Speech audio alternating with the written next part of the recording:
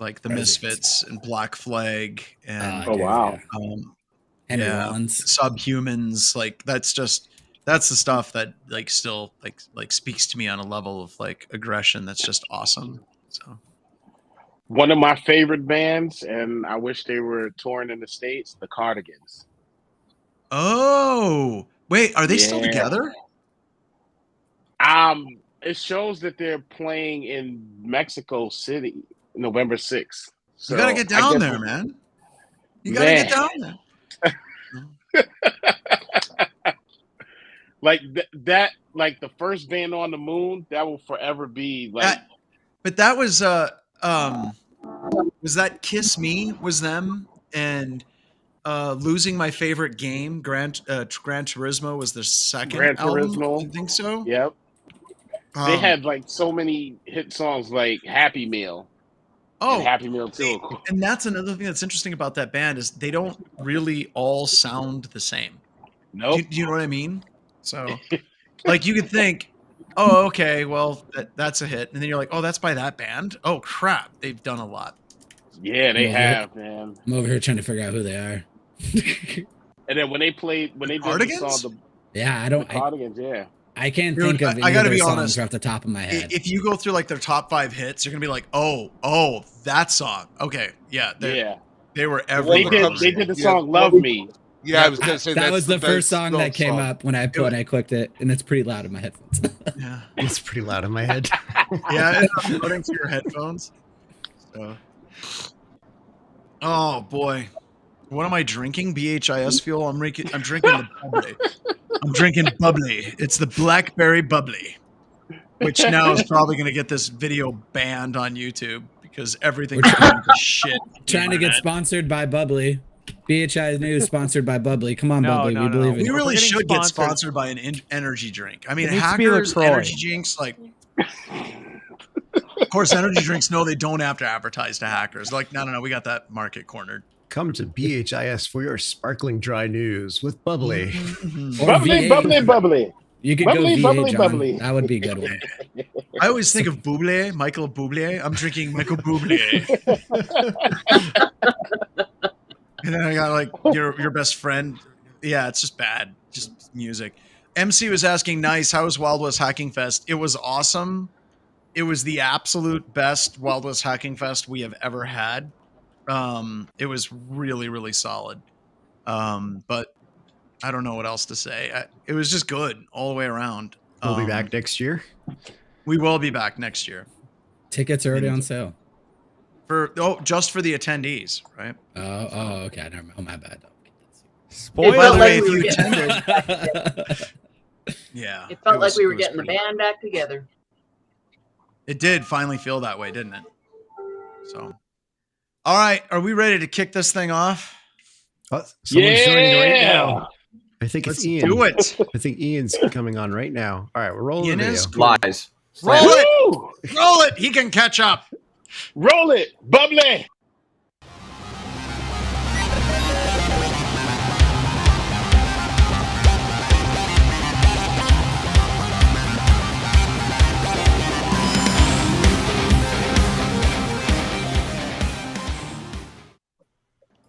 Hello and welcome to another edition of Black Hills Information Security, talking about news, or this is the after party edition of Wild West Hacking Fest, which we'll get into in just a little bit, but it was insane.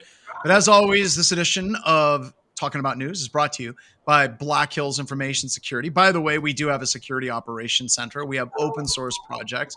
We have all kinds of crazy stuff. So check us out at Black Hills Information Security. Was also is brought to you by Anti-Siphon InfoSec Training. If you're looking for computer security training, as most of you are, and you're looking for security training that does not require the budget of a small Middle Eastern or Mediterranean country, God, still recovering, then you need to check out Anti-Siphon Security Training because I don't know. I'm lost of words. We good, we cheap. How about that? We'll just throw it in. All right, so today I am joined, as always, by the illustrious cast We have Ryan showing up, making us sound and look better than we have any right to whatsoever. We have BSD Bandits joining us from an undisclosed location, but we're going to try to send BSD to Mexico City. I think we need to do that. He's got a concert he wants to see. If somebody could stand up a GoFundMe campaign for him, that would be awesome. It was sponsored by Bubbly. Sparkling water without the fun, everyone. We have Wade. Yeah, hey, you got to call it something. Wade is also with us. Wade, we missed you. We missed you so much, dude. I stayed off social media the whole week. I was like, I'm not going to watch. I'm not going to look at it. The only thing I did was watch Corey's talk, and that was it. Wow, I feel so honored by that. We have Mike, who I missed as well. Mike, we're going to get you out next year, hopefully. Yeah, I'm planning on being out there next year, especially since there won't be any conflicts in dates. There you go. No conflicts in dates. We have 4 people. That is 4 people that I didn't miss at all because they were there. Bronwyn is with us, and she's all the way back at home, which is crazy. It's almost like there's these magical tubes that fly you through the air to get you where you need to be. Speaking of magical tubes, went mountain biking with Corey. That was great fun. It was we didn't need any tubes, so that's good. You're on tubes. There's tubes. The bikes, they're tubes. They're carbon fiber tubes. At least, some of the bikes are. We have Ian, who is a little bit a little bit loopy from carbon monoxide poisoning. Because I like beans. He sounds normal to me. He was wearing the bear versus bear costume with no good ventilation whatsoever. Wait, carbon monoxide though? Oh my god! Carbon dioxide. Carbon monoxide would be if he's like a combustion engine, which he is. He is a combustion engine. I run on dead dinosaurs. He runs on dead. Actually, it's all dead dinosaurs all the way down, and then. Noah, speaking of bears, good to see you, sir. The beard's looking fantastic. You actually did trim yours since you got back. I haven't.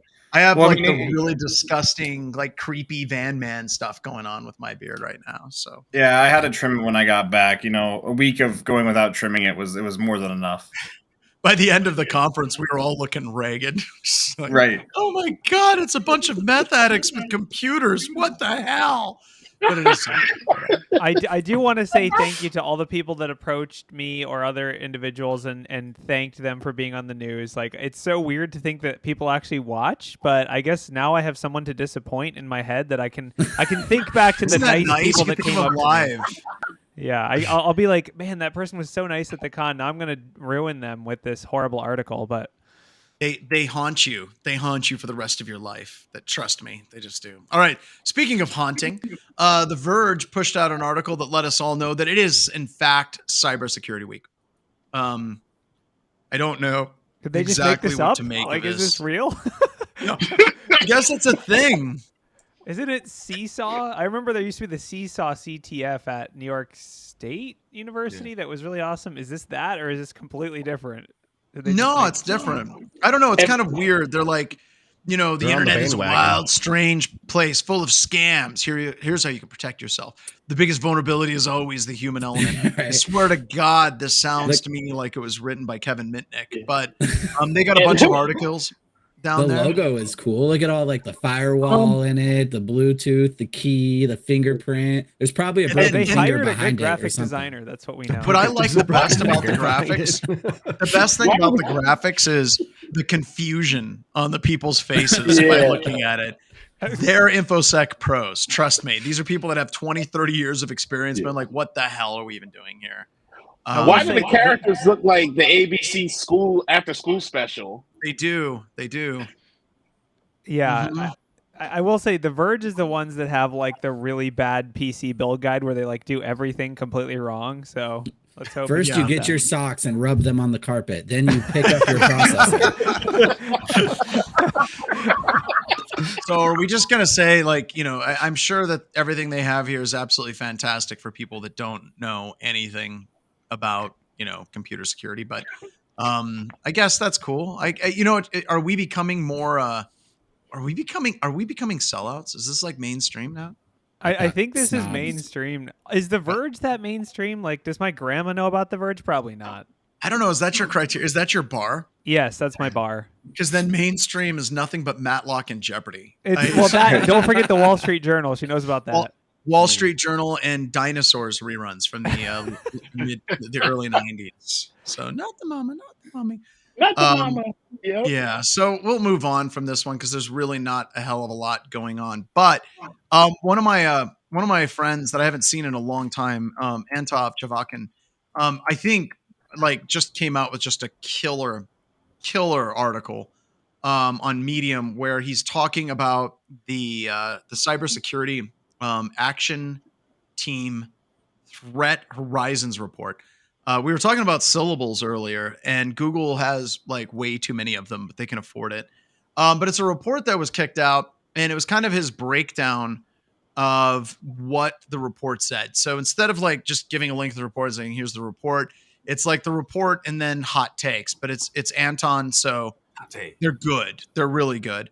So one of them, they were talking about how once inside, the attackers frequently engage in crypto mining, which I think is interesting because we haven't had a lot of stories lately of crypto mining running. Ransomware is very flashy, and we have a couple of ransomware stories, but did crypto mining go out of style? Even before cryptocurrency completely crapped itself, it was still a thing, right? There were still attacks. Is it just we don't see them show up in the news because it's not all that interesting?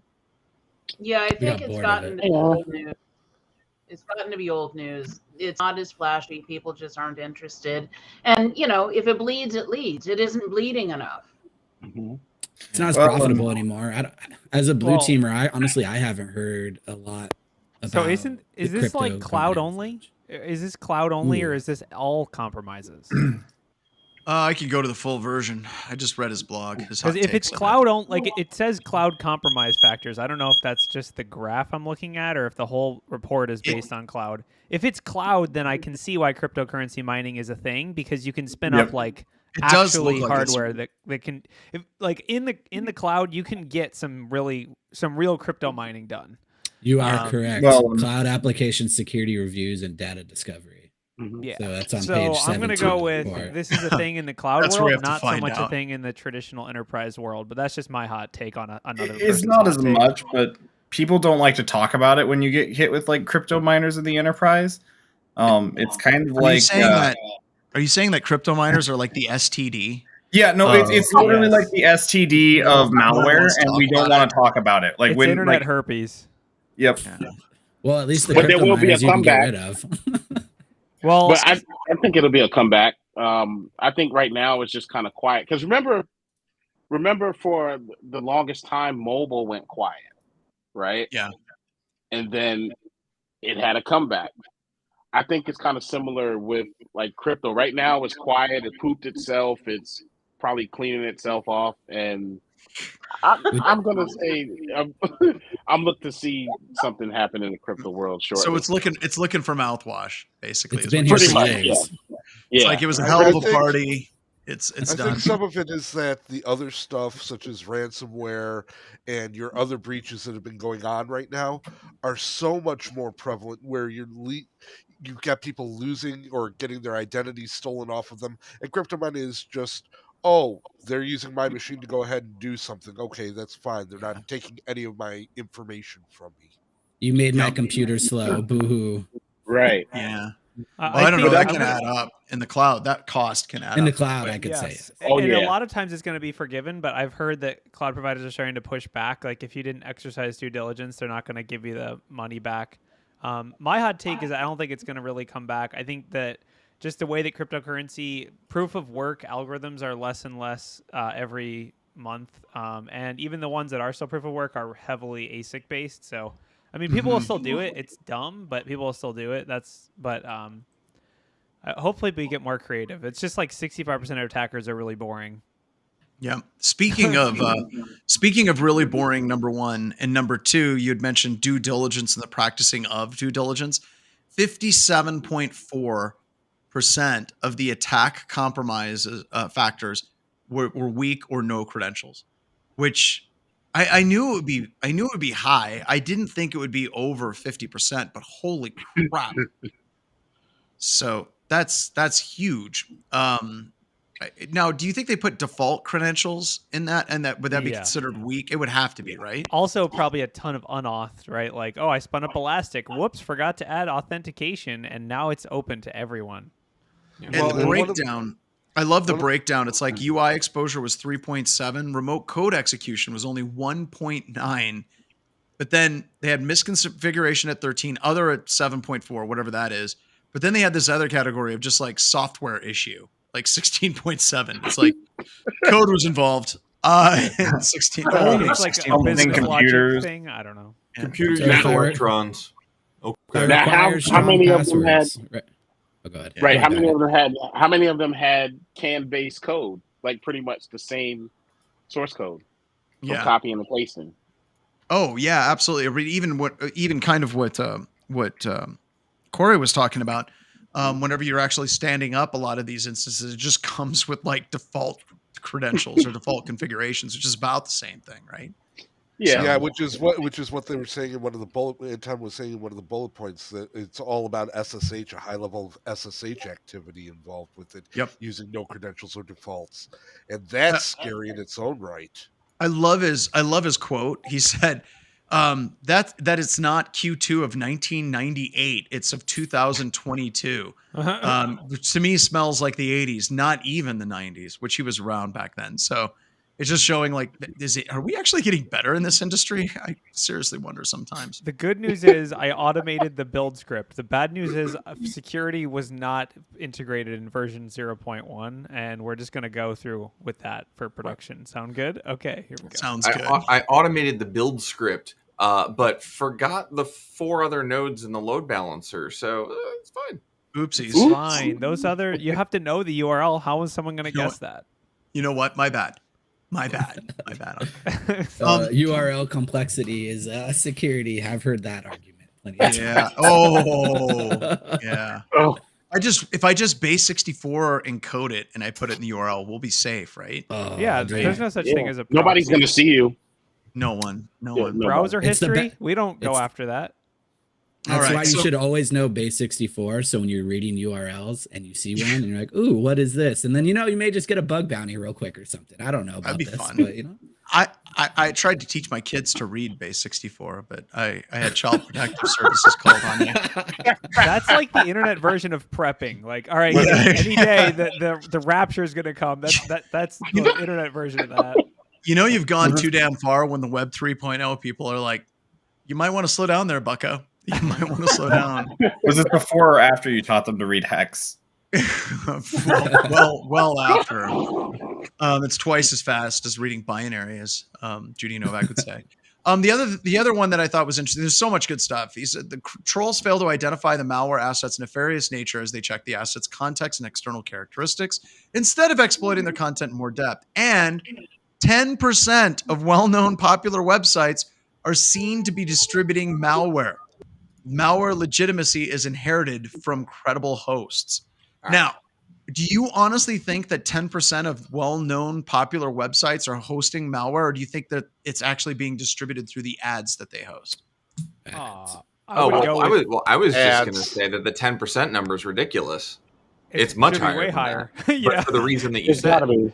Yeah, I would guess this is just staging malware on sites that allow arbitrary file hosting. That would be my guess. Like, I typically stage malware on S3 personally, but yeah, you can stage it in Google Drive. You can stage it in 100 other well-known good websites. All right. I got a conspiracy theory. Right? Google's getting rid of ad blocker.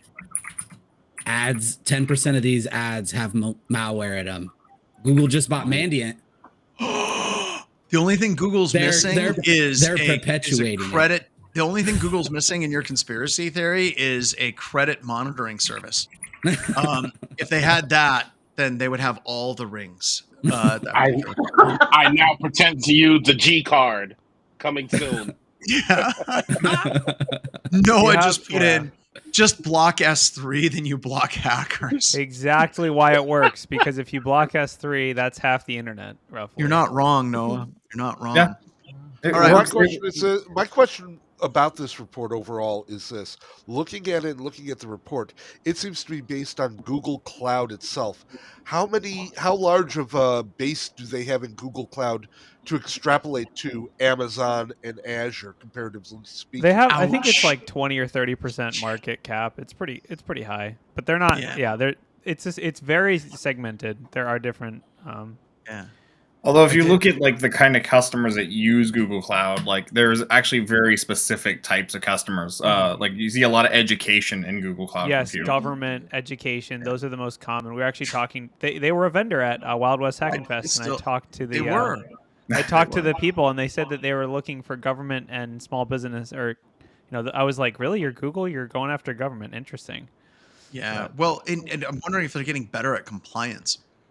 Because if you're going after that market, you've got to understand at least some rudimentary compliance frameworks to be successful. So I don't know. We'll see how it works out for them. I mean, but one of the reasons why we got off is their compliance logging, auditing, and analysis was an absolute train wreck. So yeah.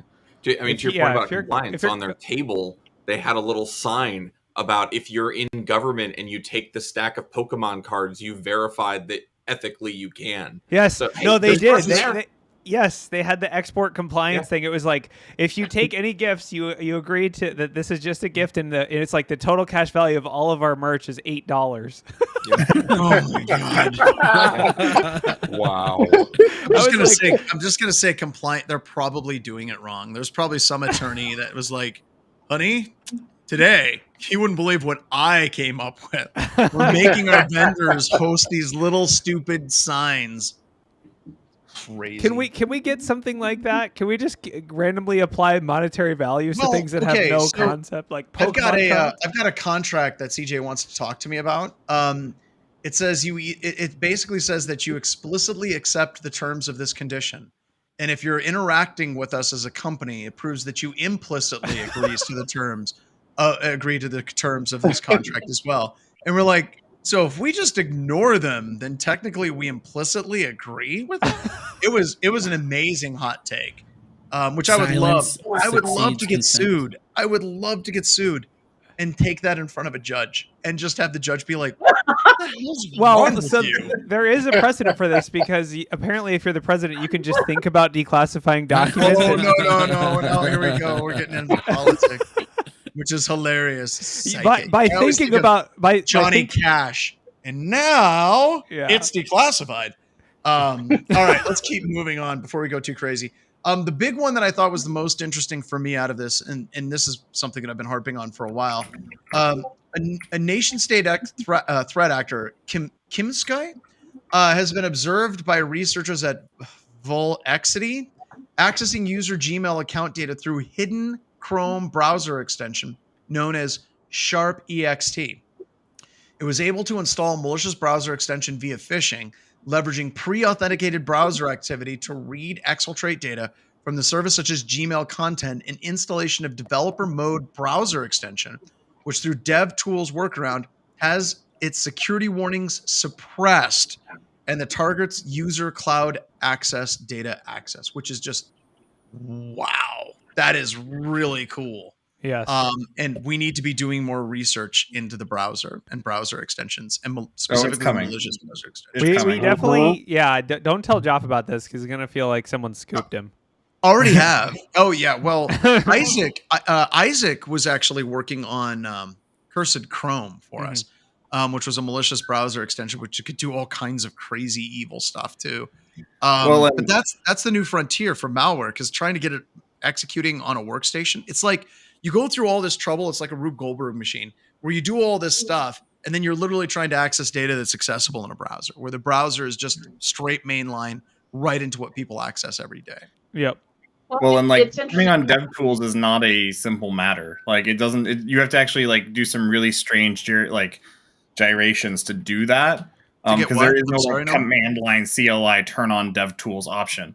So like when we were doing that, I built like the basic loader and basically just used send keys, and built this like weird send keys script that does a bunch of like tabs and stuff. But anyhow, not spaces. No spaces. Sorry. What if I told you? Oh, yeah. Well, no, I was just.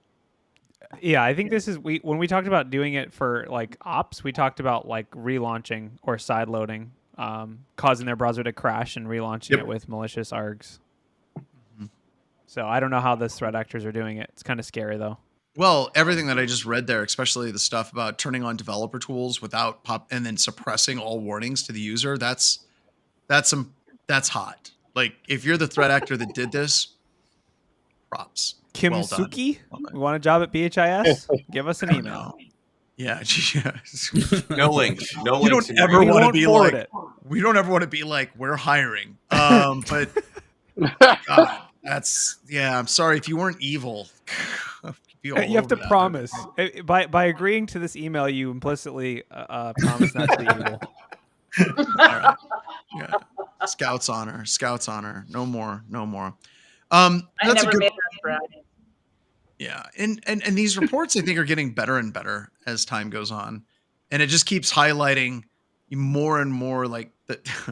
The attackers are just doing basic crap. They're spear phishing for access. They're attacking credentials. There was one that they mentioned where they brute force the user ID and password, and then they the attackers enroll their own device in multi-factor as well. So yeah, right there it is. They brute force the instance password, then enrolled their own device in the NGO's multi-factor authentication process, which sounds to me like it wasn't set up correctly in the first place. But still, I mean, this is motherhood and apple pie in the cloud age, right? Good detection opportunity right there. It is. Yeah. Memorize everyone's phone numbers. It's not that hard. I got them. You got them? Yeah. Apparently, Kim Suki's other malware is called Baby Shark. So I guess. Oh no! I already like this group. Not Baby Shark. Everyone's got Baby Shark in their head now. Unless my goodness. Yeah. Here we go. No. Yeah, wasn't me. I was just reading indicators of compromise. Okay. I know it's just the IOCs. So Kimsuki, once again, massive respect. You're highly memeable. We appreciate that. Speaking of drugs, so Caffeine service lets anyone launch Microsoft 365 phishing attacks. It seems I'm kind of beginning to see a cycle here with these. Like this is, I think, since we started doing Talk About News, this is like the third or fourth iteration of a spear phishing service that's just so easy for the attackers to launch attacks. Using that, using the attack as a platform or as a service in the cloud. I don't know. When does this not become interesting anymore? I don't know. Is this interesting or is this not? Is this something we should even talk about anymore? I think it's expected, right? Like you said, we've seen it so many times now. I'm not really fazed by it. And honestly, okay, so now they can just do it faster and more efficiently. Great. Okay, what else is new? Well, look at the pricing there. Basics $250. Yeah, you get a PHP and a Python version. Not to mention this website looks nicer than the actual Office 365. It does. Well, it's probably more useful too. Wait till you see the phishing. Hold it right there. Go back up. Go back up. And look at stay on their pricing. It's got auto update, inbox letter for Office, unlimited support, $50 for renewal plan. Professionals 3-month. You get all of those options, plus you get Office email checker, which I'm assuming is going to check to make sure that it can bypass the controls. And then, go ahead. I was going to say, this is like so far 2 lines of code, plus the website. Yeah. So now the enterprise version gets, I don't understand what one free SMTP with random limit means, but you get unlimited VIP support, which is like the champagne room of malware. I don't know. So it's just bringing the entry level down of like cyber hackers. Yeah. Right? Like anyone can do it now. If you really read a couple John, I think there's some confusion there. I think what they actually mean is semantics VIP token. You want MFA on your enterprise. No. I'm just really hung up on this random limit. Like I love this. Like I'm gonna start selling things with random limits. Like it's like Pavlov's dog. You got to randomize the positive reinforcement. Otherwise, pretty much. Coming soon to the SOC, SLA is now a random SLA. Yeah, but you know what? Our customers agree to it either explicitly or implicitly, simply by interacting with us. So the random 2 limit, lines of code. The limit. Three lines of code. Look, so. 3 lines of code plus the website. Victims sold separately. The big thing is they're offering support for those 3 lines of code.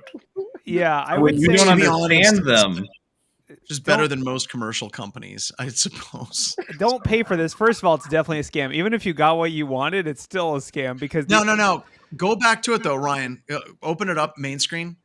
You talk about it being a scam. However, it says choose a plan that suits you the best. We will refund your expired time if the sender is not working or if it's sent to junk. So it's just free. It's completely free because there's no way it's not going to be.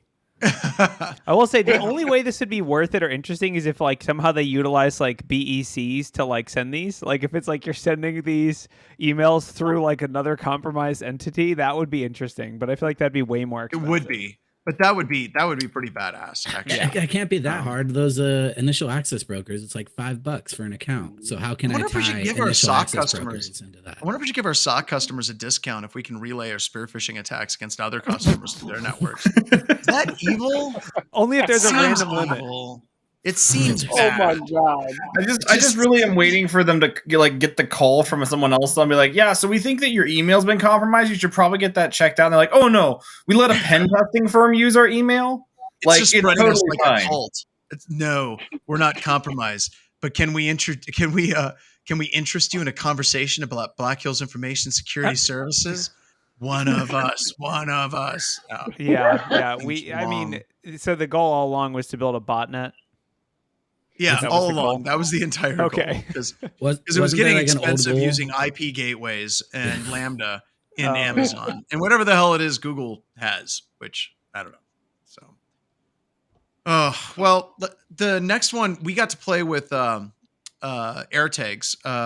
We have some stuff that we've done as part of some physical assessments lately where you can buy a puck, and it's basically a Bluetooth multi-device, and then you can drop code on it that allows it to access and be part of the AirTag network and to do it transparently, which is really, really cool. So in some of our classes, we'll be using that. And then also in our physical security engagements, we'll be using that as well. Now, there's 2 things that are interesting about this case from Daring Fireball. The first one basically reads that Lufthansa has completely banned AirTags. And the reason why is because they're in the category of portable electronic devices and are therefore subject to the dangerous goods regulations issued by International Civil Aviation Organization for Transport and Aircraft. Accordingly, due to their transmission function, the trackers must be deactivated during flight, similar to mobile devices like laptops, phones, tablets, if they are in checked bags. So I don't know. Like they actually walked this back. I think they did a little bit, yeah. but it also had to do with the translation. But there was also some issues with the initial translation of the website as well. The initial translation came across a lot stronger than what it actually was. But yeah, they did walk it back. I don't know. Is this so? My thing is, you get these devices and they can record all kinds of things. I remember years ago at DerbyCon, the second to last one. Who was it from Inguardians? I know Larry did it, but I can't remember who else did. Larry Pesci from Inguardians or Hackster the Matrix. They basically shipped luggage through the airlines, and they went through FedEx, and they went through UPS, and they put all kinds of equipment like gauging the temperature, the barometric pressure, and then if it was actually jostled or there was a large impact on it. And that was really interesting. Basically, your luggage and packages are treated like absolute complete garbage. Yeah, the reason this even became a thing is because so many people were using it to like be like, listen, Lufthansa, it's right here. This is where my luggage is. Like that's you where I can was claim going. it's lost, but I see it like 2 miles that way in the airport cargo bay. So go get it. Yeah. Like there was a big Twitter feed, right, where some guy got like his package was like in another airport, and they said they lost it. Right. So then he tweeted at them the actual locations, like, here's where it is, pick it up, send it to me right now. As someone who's lost their luggage, I wish I could have done that. I think it's one of those things like, how are you going to stop it? Are you gonna have like in every bag dug through and inspected? Because there's so many ways you can hide AirTags. But I don't think they bother stopping any electronic devices being on right now, right? They're not going through. But I agree with what Wade said. This gives them an out. So if somebody's like, I can track it, it's right there. Well, you've just violated our policies, and that's going to be $1,000 fine for you to do that. That's the kind of corporate evil that I could see actually being done on this one as well. Insider Life TV says, can you guys talk about botnet? Botnet is a whole bunch of computers that have been taken over by a malicious attacker. There you go. We talked about it. Yeah. I was gonna say the only other thing that'd be better is if you could have a free weather service for when airplane or when flights want to cancel due to weather, and you're like, what weather? I think I lost. Like as a service, have it so you could pull it up and be like, there is no weather, and then be like, oh well, you can't because if they cancel due to weather, they don't have to refund you your ticket. More airplane corporate greed. Never mind. I'm so confused. I've never heard of any of that, but okay. No, I'm missing it. I'm missing it, but I'm missing a lot of things. Let's move on and let's talk about the international crackdown down in Florida. This one is really interesting. It was actually a joint exercise between Interpol, local police, and I can't remember who the other group that was around it as well. I see a shirt for Hawks is there as well. What's interesting about Interpol is Interpol really can't. I mean, when you see them in the movies, Interpol's running around like Venice and they're, chasing cars and they're shooting and all that stuff. But it really depends on what the memo of understanding is with Interpol versus local law enforcement. And usually Interpol is supporting local law enforcement. It's kind of this weird quasi law enforcement entity, but they went through and they got 70 arrests, basically really kind of, I don't want to say they shut it down, but impacting Black Axes, which is a cyber crime group. This is interesting because we usually don't see law enforcement infiltrating African groups all that much, specifically in West Africa. I wish that there was more to this story, talking about what were the politics in actually making this happen. Because this is something in security we've joked about forever. A lot of times the attackers that you're worried about are in countries that don't have extradition treaties and don't have memos of understanding with other law enforcement agencies. To actually see this happen in West Africa is really, I think, a step in the right direction. I just don't know what the framework was legally for it to actually happen. I'm going to go with it was funded by Nigerian princes who just want their emails to land in people's inboxes. They're tired. They're tired of we're so sick. These scammers are making us look bad. They're making us look bad. Exactly. So one of their princes got their money and put this money towards getting these hackers. Go get them. So the amount of assets seized are wild. The craziest one, I mean, obviously a lot of money, a lot of bank accounts. But the crazy one that sticks out to me is 12,000 SIM cards. 12,000 SIM cards? Oh, that is a lot of phone numbers. So it was in South Africa, but it was against, specifically, if you look at the title, West African financial crime rings.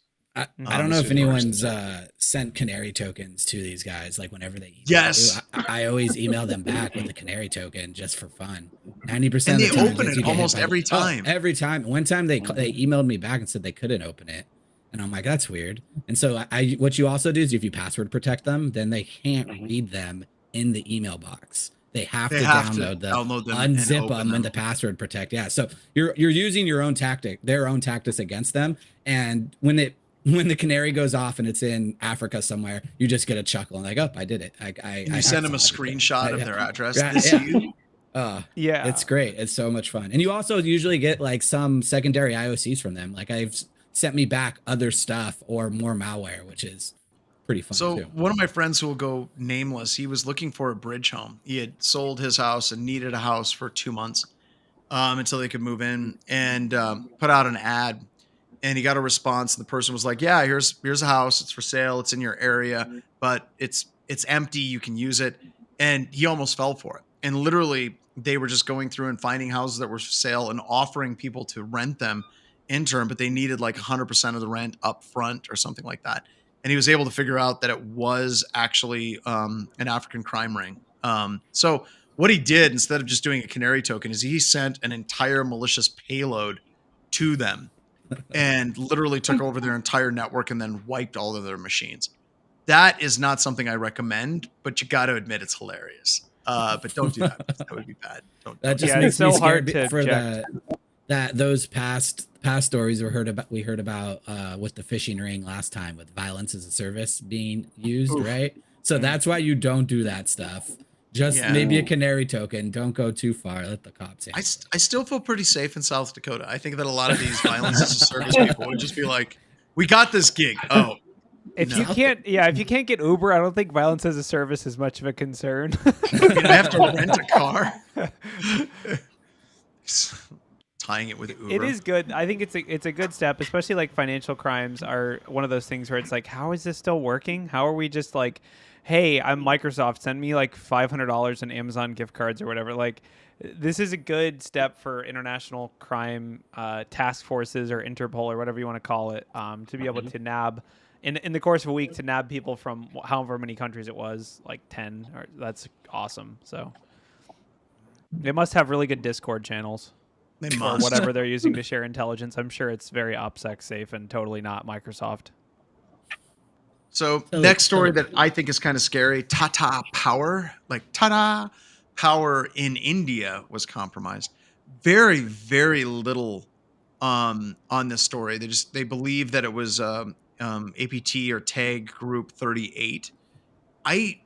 This always frightens me whenever we start seeing. Okay, so the reason why this scares me is almost always these attacks on power grid infrastructure are usually, especially in countries like India and Ukraine before the war, they're usually dry runs for something else.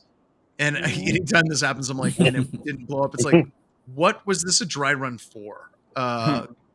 This spooks me. And once again, I think the scariest hacks are the ones with the shortest press release. And there's really just not much on this one. Recorded Future said that they saw some of the data associated with the attack. But as far as the official filing from the organization itself, even if you try to go to it now, it's actually in the filing. It's actually access denied. You can't download the PDF right now, which I thought was weird. Might just be a web kerfluffle on that. Yeah. I mean, you're definitely right that it's pre-flight checks, because that's even what the company themselves said, is like they were just trying to gather information targeting these actual substations where power is controlled. So I would agree with the spook factor on this one. This is like a little bit, I guess it's almost Halloween, so this is a little bit spooky. But has anyone read Nicole Perlos? This is how they tell me the world ends. The Cyberweapons. No. Give us the rundown. Highly recommend it. So Nicole's like, I believe she was a Times writer for the cyber, and she also interviewed Jake. So he has like mentions in there, and she goes through all the big cybercrime the past 20 odd years. And she talks about the U.S. power grid and how I forget which nuclear power plant got hacked, but goes into explaining how Ukraine was just a test ground for us, that Russia uses them and then comes after us and embeds themselves for long-term infection to one day maybe flip the switch on the U.S. She doesn't put it in so dark of terms. And it's definitely a very good book for anyone to read, either if you're very experienced in cyber, and especially if you're not. It's written for no experience, but highly suggested. Yeah, they talked about the very similar stuff in the. Is that the right link, Wade? Yeah, that's it. Yeah. The funny thing was, in Ukraine, or they targeted them, like they already were used to the power just going out all the time, so they had like 1 million trucks to go manually override everything, just like ready. Whereas here, we're not used to that, so we don't have that kind of like manual override baked into our like, operational standards or whatever. So, but I wonder, like with the Ukrainian war, how much? So, everything that's been going on. I remember whenever this first happened, we were talking about on the news. We were like, "Holy crap! Cyber attacks are coming against the U.S." Do we think that Russia is holding? But like, are they holding back right now? Are they still so focused on the objectives at hand, like trying to like limit and censor speech inside of Russia, that they don't have time to deal with us? Or do they look at that as an escalation that a line that they don't want to cross? kind of like the same thing as like the nuclear type line. They don't want to cross those lines. Like, what is it? Definitely escalation, right? Dead quiet right now whenever we're looking at it. So go ahead, Wade. I think it's definitely escalation. So this is geopolitics 101, right? And I know you have a political background, as do I. And you have to just think every country is in this environment where they have to defend for themselves, right? And if you make one small move, it may be the end of you, right? If Russia makes that move against us, it's going to be game over for someone or somehow. It's not, and also it's going to throw the world into complete chaos, not just them. If you got to think about the whole escalating factor. So what you're saying, let's be honest, their game is chaos, right? That's what they are doing. Mm-hmm. So do you think it's an issue of just like, poli-sci majors rise up? Do you think it's an issue of they want to have just the right amount of chaos? And they don't want to escalate beyond because it actually blows back against them. Because once again, I'm looking at Ukraine, and that seems like that's pretty damn chaotic. And they don't have a lot of options. And it seems to me like if I was a crazy Russian dictator, cyber would be a really great option at this point. Yeah, but I would. If they were to perform that, though, then all of their allies are also some they have, like China, right? China doesn't want that. China, be an enemy or not, is tied to us economically. If we go down, China goes down. China wants those networks up and running because they're siphoning all the data off. I think my take on this is like a vacuum. Yeah, my take on this is, first of all, I think cyber is basically free reign. I don't think anyone's going to respond. Like, the U.S. is not going to nuke Russia because they took down our power grid. It's just not going to happen. It didn't happen in Ukraine. It took them actually sending tanks in to cause kinetic situation. But I agree with you, but do you think they wouldn't have done that if the Ukraine still had nukes? I think they would have done it regardless. The Ukraine used to be the third largest nuclear weapons holder in the world, and then they gave them up to Russia and the U.S. under the condition Russia would never invade them. And so, I mean, Russia has nukes and we're hacking them constantly. So I'm just going to go ahead and say yes. But there is a line. I hope to God right now the NSA is completely up in there. I'm sure they are. So my theory is that Putin or whatever command is just like, give me something. We can't drive tanks. We can't keep the internet on. Like, give us something. And this is the hackers in Russia being like, we got something. We can do that. We can do something useful. Also, they're hackers. They just ignore whatever's happening and hack. They're not like, no, you know what I mean? They're just like living in their own little world. Like, oh, I can compromise the power grid. The one thing that oh, go ahead. I was just gonna say, like, the other aspect of this is that if you look at how we do politics sometimes, especially when it comes to cyber type stuff, we often, like, large moves in cyber are usually associated with like direct impacts to certain sentinels. Yeah, you know what I mean. Congressmen, stuff like that. So if a congressman loses power, that's drastically different than something else. Like that's going to start pushing, like, oh, well, we need to start doing things about this. We should be like enforcing cyber policy, and I think they know that as well. And I think the one thing that would lead me to agree with Wade is once you have done that thing, it's used.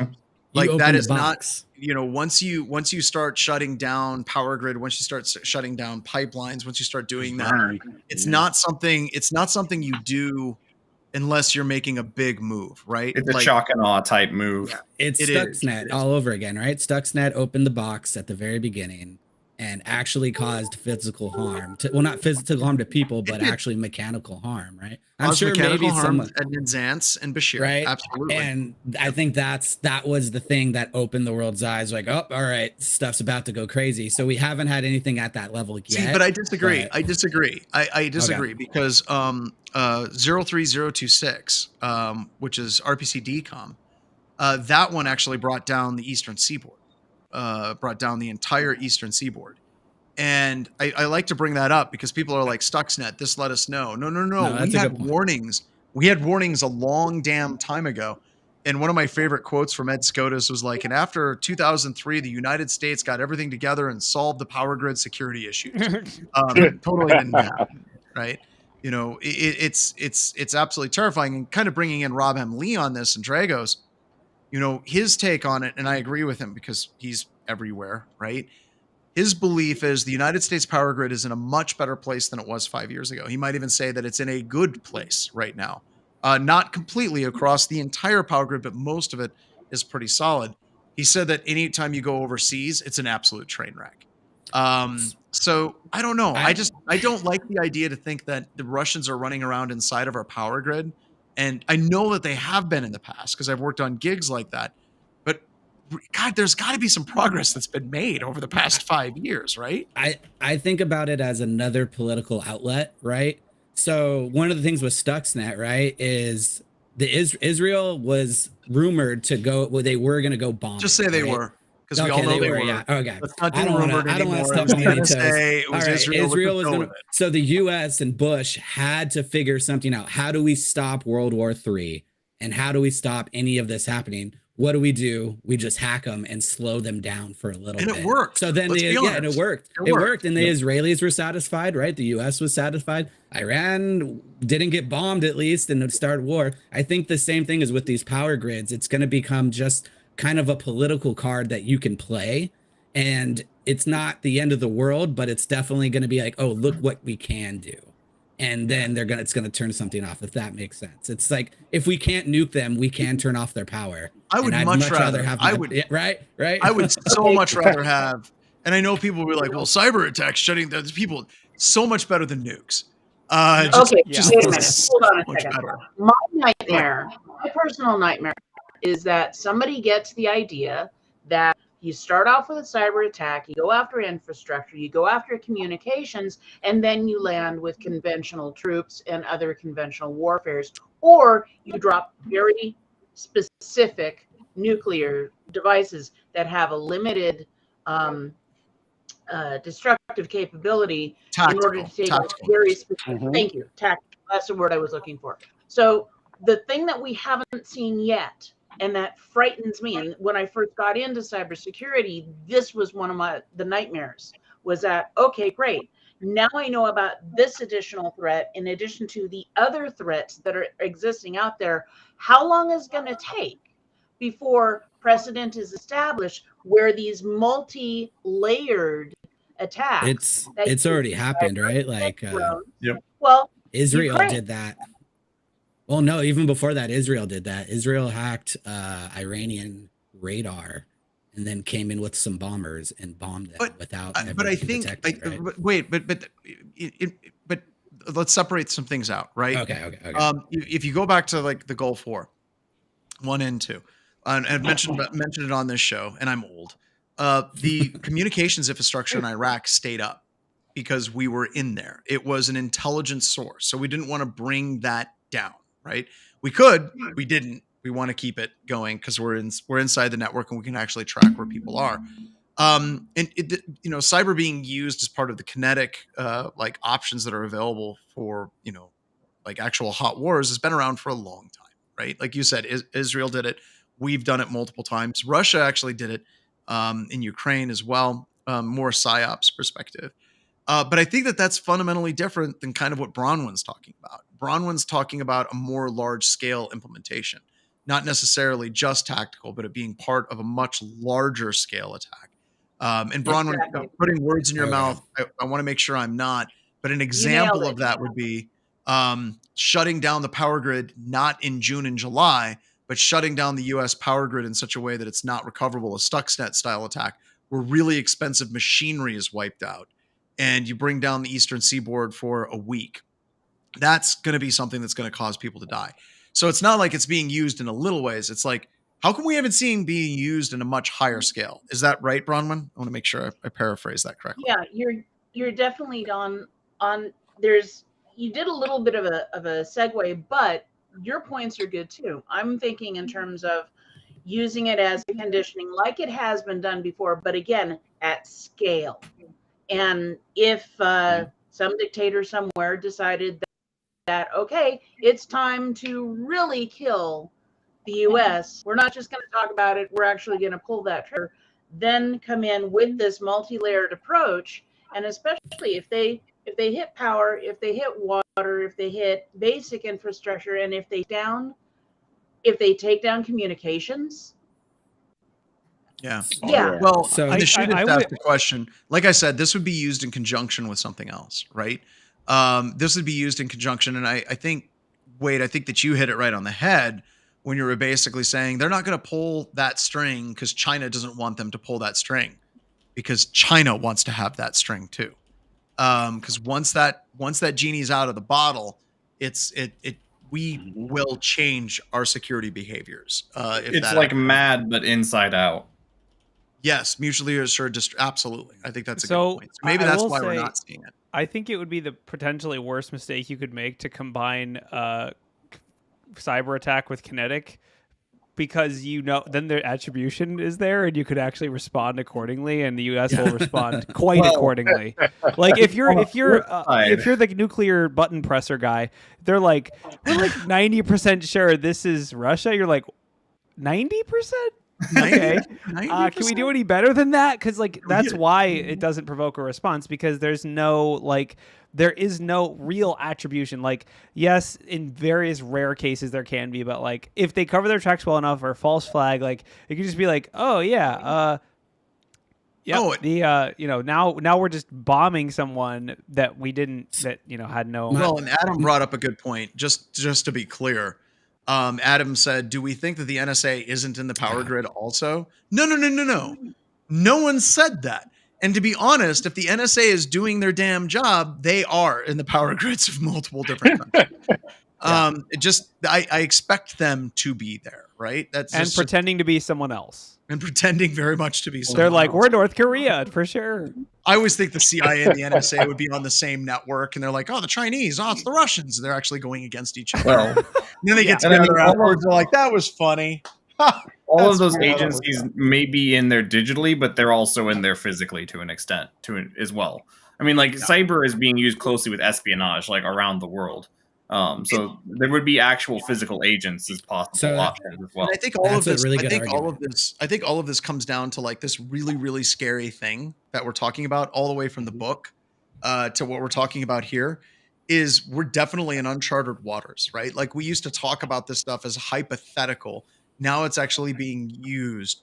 And I think that that's the scariest thing. And I think that anybody that can sit around and say, this is exactly what's happening, is full of crap, because the parties that have the capabilities and have their fingers on the proverbial buttons, they don't even know what the hell they're going to do coming forward. We're talking about plans. The military in the past has said that all options are on the table, including nuclear. And they have to say that because they don't want to constrain themselves. So all those options exist. I think the thing that's scary is trying to identify and try to predict what the people that make those decisions would actually do. Yeah, I am less scared of a nation state being capable of that, and more because they have some level of control. They have some level of control. I want to know, why haven't we seen high scale cyber terrorism in that? See, and every time I go on Shodan and I demonstrate VNC being open on thousands of computer systems, it's just I think in a lot of ways, once again, it goes back to first world, second world, and third world countries on the internet, right? It's no longer this is a country that, or we're all moving in security and getting better. It's not. It's just getting more and more spread out. Have you ever, I'm sure you have, read about how the different forms of terrorism, the generational terrorism, how there is anarchy, Islam, religious-based terrorism, and now they believe we're moving into a right-wing terrorism right now, right? Where yes, I have read that, that's not controversial at all. No. But I think as a poli-sci, we're talking about political scientists. Whenever you look at that type of violence, right? Whenever you start moving down those things, there's a lot of very, very interesting case studies. Whenever you're looking at Northern Ireland, or you're looking at some of the the Basque region in Spain, or even the Oklahoma City bombing and things like that.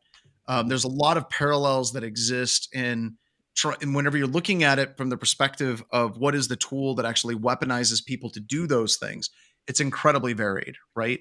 And religion is one of those very, very powerful things that can be used to actually do that. And nationalism, of course, is one of those things as well. Nationalism is very often. If the Green Bay Packers tell you to blow something up, you're going to do it. That's how America. Yeah, that's just how it goes. If you want season tickets, blow up your whatever. But I would encourage people to research that. And this is way outside of the scope of this. But what's most interesting to me, Wade, whenever you're actually researching those, is how did those things terminate? How did they end? Mm-hmm. So if you look at political violence that was actually tied with religious violence, I think it was in Spain or Italy, I can't remember which, what actually got it to the point where people got better is it actually came to a small level of very violent takeover. I think there was a town where they went in and they killed some people, and it caused the entire country to take a couple steps back. If you look at Northern Ireland, it actually got to the point where it was actually hurting the people in that area, and it caused them in Northern Ireland to take a step back. And I think that kind of feeds into what you're talking about is, now whenever you're looking at what the capabilities are for these different violent organizations, the violence is so much greater than just a suicide bomber. The violence is so much greater than, just, going and shooting up a public square as it was for years. Now any cyber terrorist type organization has more tools. We're getting really, really, really into some weird space. Some hot nation one last. No, I can tie it back. A really good threat intel book that I got told to read is called A Brave New World, and it talked about Aldous this. Huxley. Huxley's? No, is it? Let me go look. Yeah, I'm going to tell you that. I was about to say. I think he got the title of that book wrong. Wow, he has like a bookshelf. No, I lied. Brave New War. Okay. So it's a play on Brave New World. Yeah. It's John Robb. But I never thought about threat intelligence in the way beforehand before I read this book at cost, right? Like how much does it cost to perform a terrorist attack or any type of this? And then that got me thinking, how much does it cost to perform a cyber attack? And it's much cheaper and a lot easier. And there's a lot of scripts and tutorials. But anyways, we can start talking about it. Before we close out, does anybody want to talk about the fact that now Amazon, when you're shopping for books, is throwing a timer to the next football game on Thursday? Talk about religion. I keep seeing that. I'm like, what is happening here? They're doing that in front of shows on Prime also. You go to watch the latest Rings of Power, the first thing is a football ad. They're trying every time. It's like, and I think it's very interesting that, Wade had a slip and he called it the Brave New World. And then the name of the book is Brave New War. And then it shows Amazon, which is like literally Soma for everybody, like getting hooked in Rings of Power of football. Yes, here's your new opiate for the masses, everyone. Yep. What are we? So this book is from 2008, but the book is old. But the crazy thing is, it predicts a couple things that have recently happened and goes through it. And I would highly suggest reading it if you're into this type of stuff. I'm philosophy. We'll have a talk just on that. Let's do a podcast. All right, everybody. That long ago. All right. I know, Bronwyn. I know. All right, everybody. We need to wrap it up. John, I think there's some breaking news, though. Oh, God. No more breaking news. Okay, Ian, what's the breaking news? Ryan?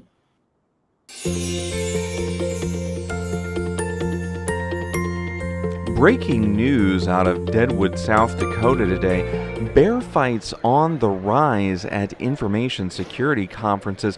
Footage seen here from Wild West Hackenfest last week as a new APT group, Ransom Bear, attacks Blue Bear in a defensive posture trying to take care of cybersecurity incidents. We're not sure what's going on, but more details are coming soon. You can find out more about these two bears by going to blackhillsinfosec.com, Recca Bear vs. Bear, to get the latest issues of Bear vs. Bear delivered directly to you and learn more about what's going on between these two arch rivals and how to better secure your environment. Back to you in studio. That just proves it, folks. That just proves it. To sum up everything, we're seeing cybersecurity go kinetic right there while we're and it might actually go kinetic at a conference near you. Noah witnessed it. Noah's a firsthand. Yeah, I heard the Bears are going to get T-shirt weapons. Yeah, T-shirt weapons. Who wants a All t-shirt? right, everybody. Let's wrap it up. Thank you so much, everyone. Thanks so much for coming. I'm absolutely fried. Looking forward to it. I think tomorrow, what do you guys think? Should I do something on SQL map? Does that sound like fun? I'll do a SQL map section. All right. So tomorrow in address-based layout randomization, we're going to play with SQL map and SQL injections and what you can do to defend against it. Till then, we'll see you tomorrow. Take care, everybody.